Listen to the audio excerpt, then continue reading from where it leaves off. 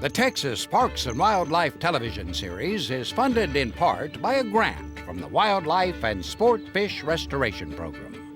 Through your purchases of hunting and fishing equipment and motorboat fuels, over $50 million in conservation efforts are funded in Texas each year.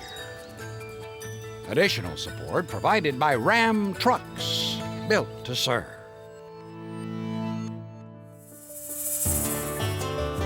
Coming up on Texas Parks and Wildlife. The flood of 2015 caused massive devastation to the Blanco River landscape. And what we see here is an ecosystem in recovery. Through the last century, Texas Game Wardens have evolved in the way that they deal with and respond to natural disasters. The biggest thing before taking the shot was my adrenaline started pumping and my heart is racing.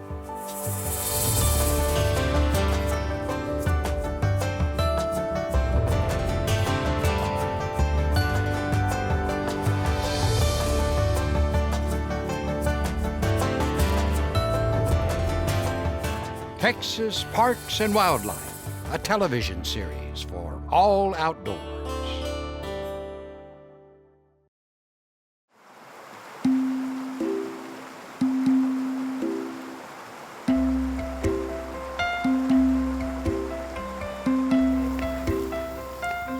You'd want to come here with your family because it's peaceful, it's quiet, the river's always flowing. You can hear the birds and see the butterflies and the bees and walk around and see some natural wild flowers. So this is good to see because you've got a ton of switchgrass. And this is really what gets the process of healing started because it's really deep-rooted. Biologist Ryan McGillicuddy is checking on the progress at the Jackaroo Ranch in Wimberley, Texas. See, there's the mountain laurels at the top. The ranch is a vacation rental property with riverfront homes a stone's throw away from the Blanco River. But right now, there are entire neighborhoods under feet of mud and water, including here in the tiny town of Wimberley. just 3 years earlier, the Jackaroo Ranch looked a lot different. Historic flooding on the Blanco River claimed 13 lives, destroyed hundreds of homes, and ravaged the land along the river.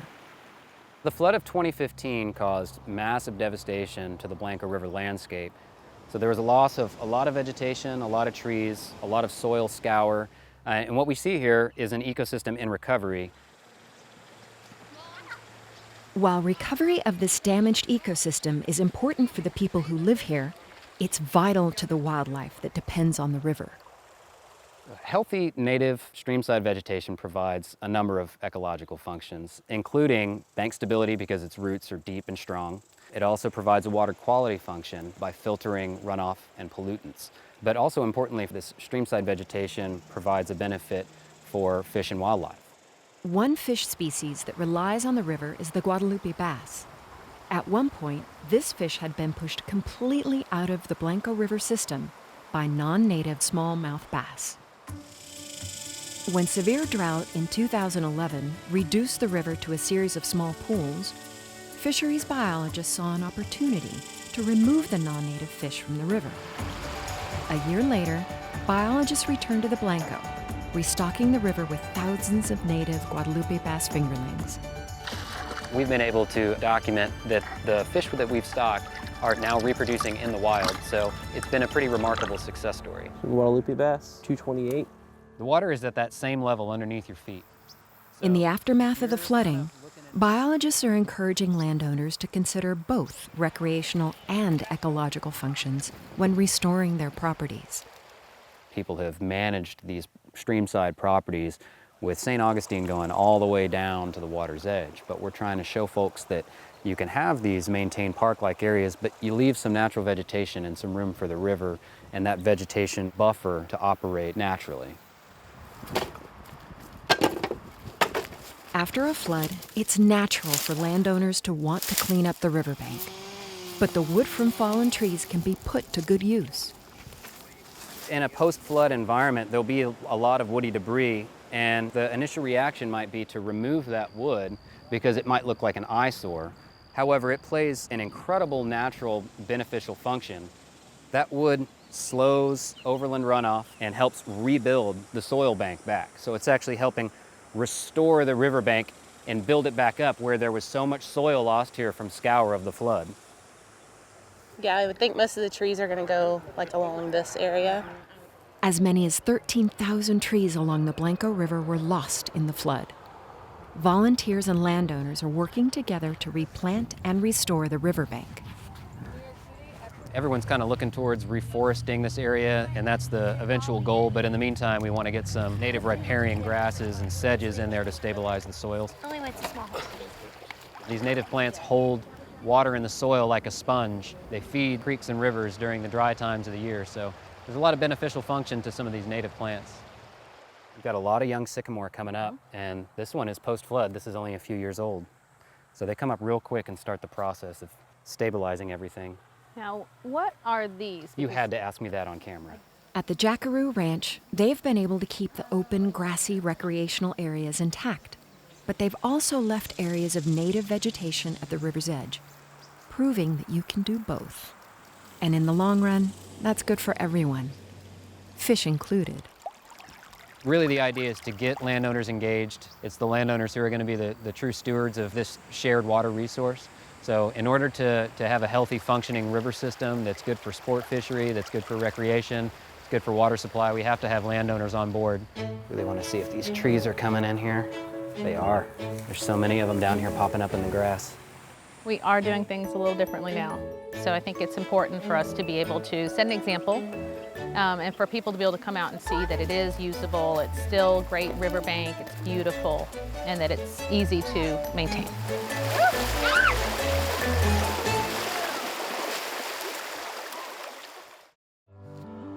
This project was funded in part by a grant from the Wildlife Restoration Program.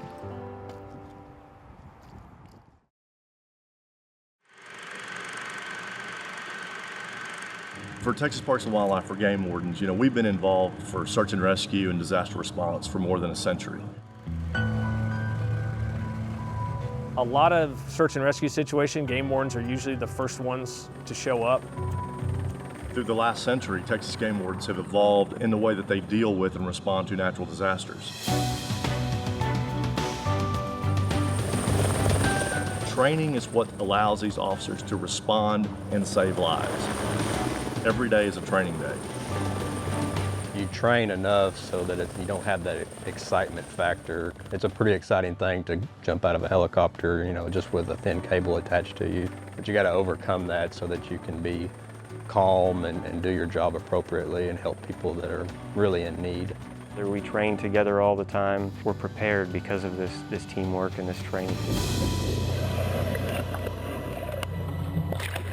Everybody has a specific job that they have to do, and if they get lax or make a mistake, we could all die. Teamwork is the utmost important. With the helicopter now, with certain situations, we can save people where we couldn't even just, a year or two ago. The guys that we work with are just outstanding. Our instructors, our rescue swimmers are just phenomenal. They're always going above and beyond, which is a lot of why they were selected to be part of the program. For about 2 years, we've been preparing for a disaster like Harvey. Just a few months prior, we had trained for almost that scenario. You never train for something as big as Harvey.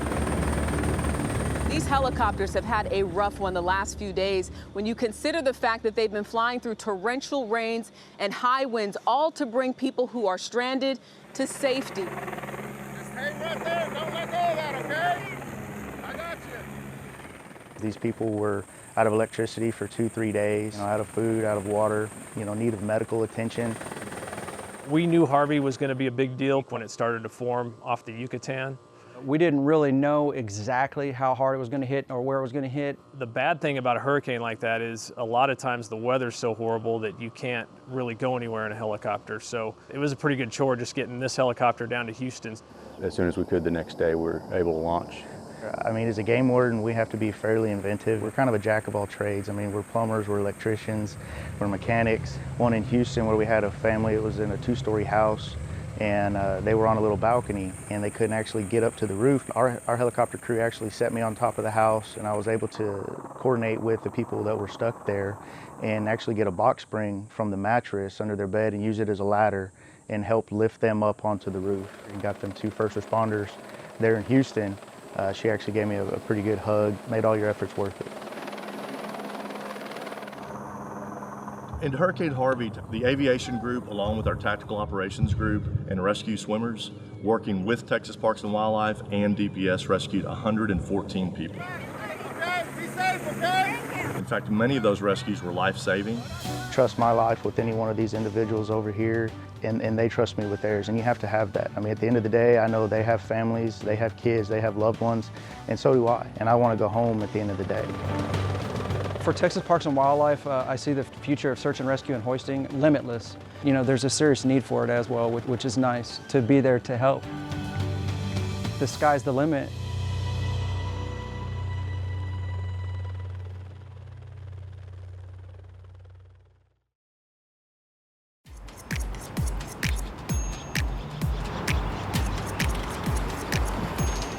I'm Ralston Dorn, and I work as a paramedic for Adeptus Health in the ER. It's a small community ER. We have anywhere between about 6 to 9 beds. Hello, Skelly. Estelle, ready to come back? Yes. I help out the physician, nurse, and the radiology technologist with various tasks that they may need. Can you bring your hands above your head? When I'm not on the clock, I do the typical things that guys my age do. Hang out with a girlfriend, go to movies, hang out with friends, that sort of thing. But most recently, I've gotten into hunting.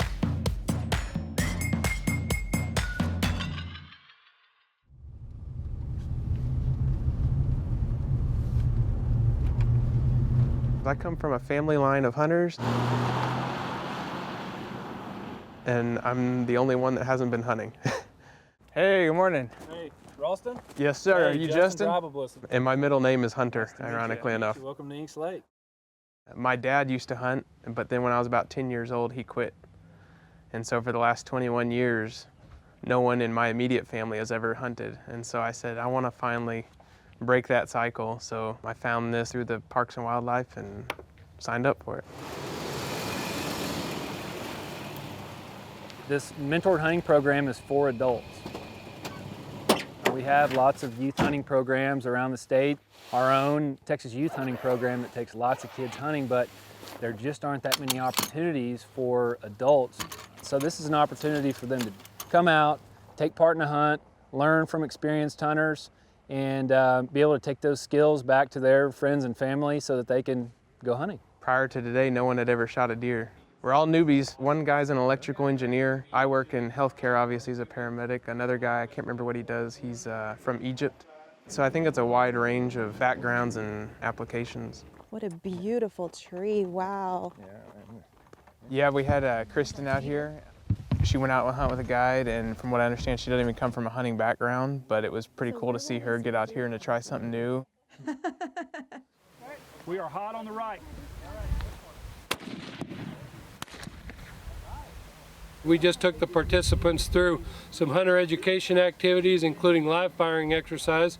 They all sighted in their firearms, which is one of those things that every hunter needs to do responsibly before a hunt. We had some fun just shooting .22s and getting familiar with other types of firearms. The first day we went over kind of the ethics of hunting, when to shoot, when not to shoot. We wouldn't want to shoot at that because that's a ricochet shot. You know, the actual shooting or harvesting of the deer is probably 1% of the hunt. If all the teeth were worn out, of course, it'd be 7.5, 8.5 in the wild. You know, what you do afterwards, aging it, peeling their teeth, and kind of figuring out how old the deer is, and then the process of cleaning it and processing it.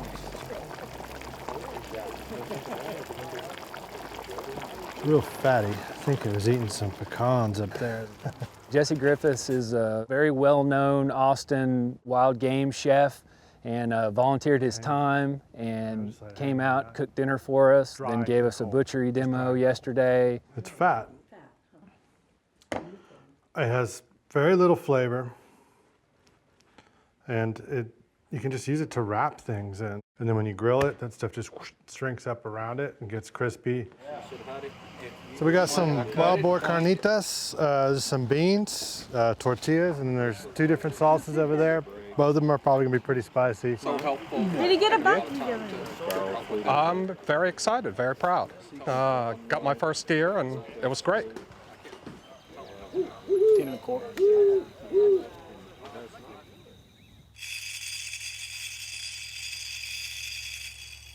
The biggest thing before taking the shot was my adrenaline started pumping, and at one point I looked over and I told Justin, I said, my heart is racing. And he goes, all right.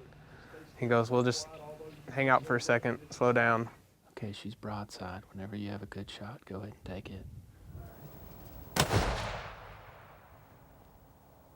Got it. Good shot, man. Great shot. Had I gone hunting, you know, with my uncle or cousin, I'm sure I could have maybe gotten a deer, but I don't think I would have learned nearly as much after the shot or before the shot as I did here. Who should take an inventory hunt? People who are self-reliant, resourceful, want to know where their meat comes from, you know, not just trust a FDA stamp at a supermarket. The organic food movement, I mean, there's nothing more organic than harvesting your own animal out in the wild on public property. There's a large group of people, especially in that millennial age group, you know, somewhere between 25 to 40, that in an increasingly urbanized United States and Texas especially, that just doesn't have that ability to go out somewhere. They don't know people. There's a huge market for it, and it's a necessary market to help get them involved, because they can be the next set of volunteers and just, you know, renew that cycle over. After completing hunter education and getting a hunting license, time to show up here, and the only other piece of paper they have to have is a mentored hunting permit. So you went down this way? Yeah. You know, I consider this a pretty great life skill to be able to go and, you know, provide meat for your family, and now they've got that skill, and they can take that and teach it to their kids and pass it on. Yeah, I'm gonna take my kids.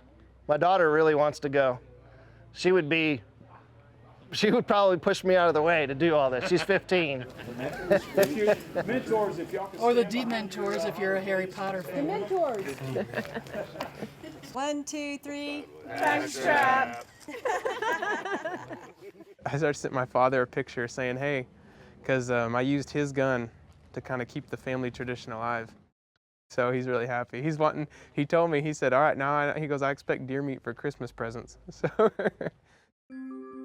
It was great. Unfortunately, I wasn't able to get a deer on my side, but had an amazing mentor who just basically walked me through every step of it. The staff here was great. It was quite an experience. It was something that, you know, if anybody else out there really wanted to do, I would highly recommend it. It took the scary away from hunting. It took kind of the unknown. Sometimes we fear things that we don't know and we aren't really too knowledgeable about. And for me, it kind of gave me that knowledge to make me a little bit more comfortable, I guess.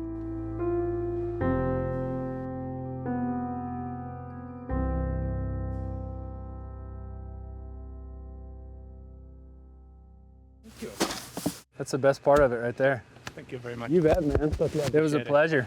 Pleasure is mine. Absolutely. I'll see you back one day. Yeah, definitely. Yay. Yay. Awesome. I've gone back and done deer hunting. I harvested a deer this past hunting season with a bow, and then I've also gotten big into duck hunting. I had made deer chili for her in the crock pot, and she said it was amazing. Said it was the best chili she's ever had.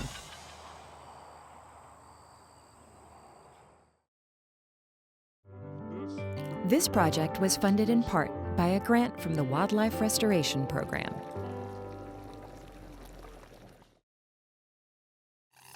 We are in Brazos Bend State Park watching a common moorhen in early October. Busy preening. And back in the marsh, a couple of moorhens that are not too happy with one another. And boom, there they fight. Punch, punch. Using those feet with those sharp claws.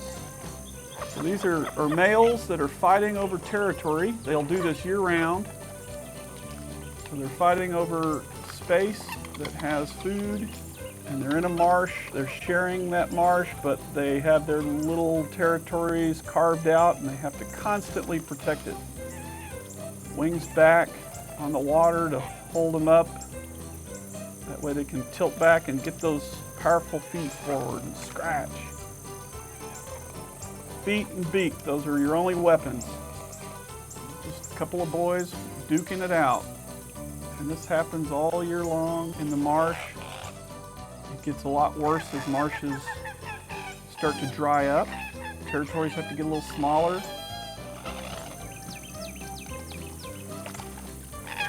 You'll see it more in the spring when there's babies to protect, babies to feed, but you'll see this year-round with birds that are sharing a limited resource. A little bit of insight into the world of a common moorhen.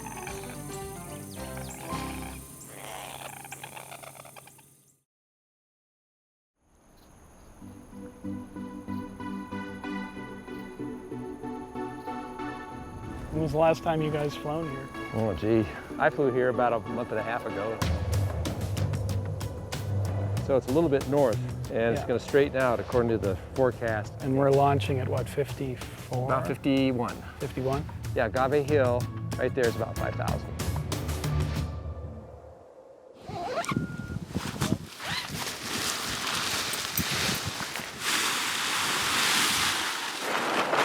The name of our sport is paragliding. We may launch off a small hill or off the top of a mountain peak.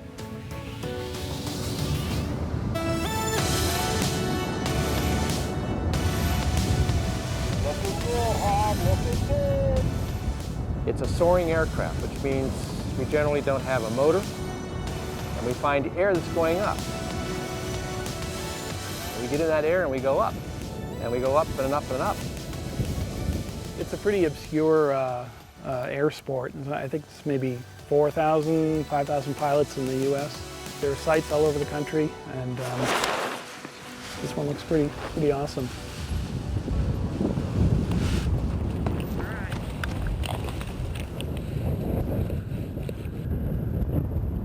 Jeff's in the air.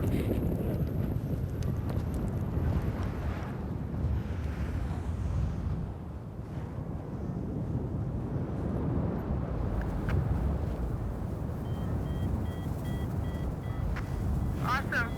You look good coming in.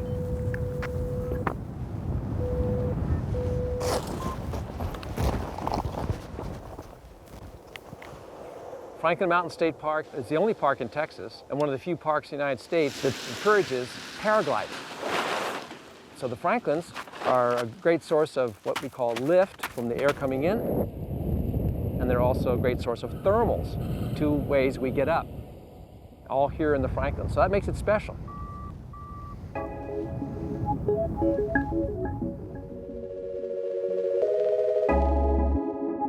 Most people think we jump off of a cliff and it's life or death. You just step off and you float. Okay, Lee just launched. You feel the wing flying. It's really just floating off. It is relaxing, fun. It's a lawn chair in the sky, and you enjoy life.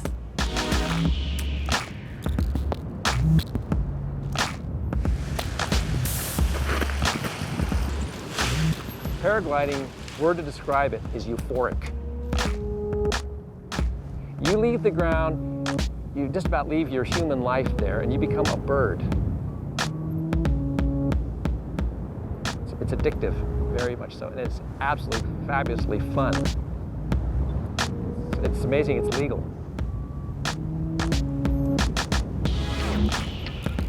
Hopefully I don't make a face plant on this landing, huh? Beautiful sunset coming out in the back. Very smooth, enjoyable.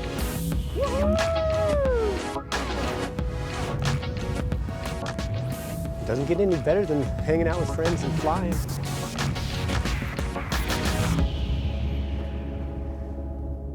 That was a hoot. So much fun.